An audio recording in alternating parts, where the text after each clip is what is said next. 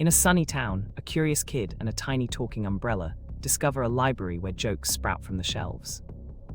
Each book bursts into playful puns, while a giggling narrator guides them to punchline puzzles that spark silly experiments.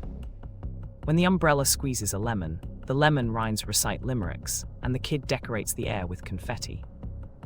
They trade goofy riddles with a bookshelf that yawns, releasing bubbles of laughter that float through the ceiling lights. Leaving at sunset, they promise to visit again, carrying a pocket full of smiles and a mission to spread joy.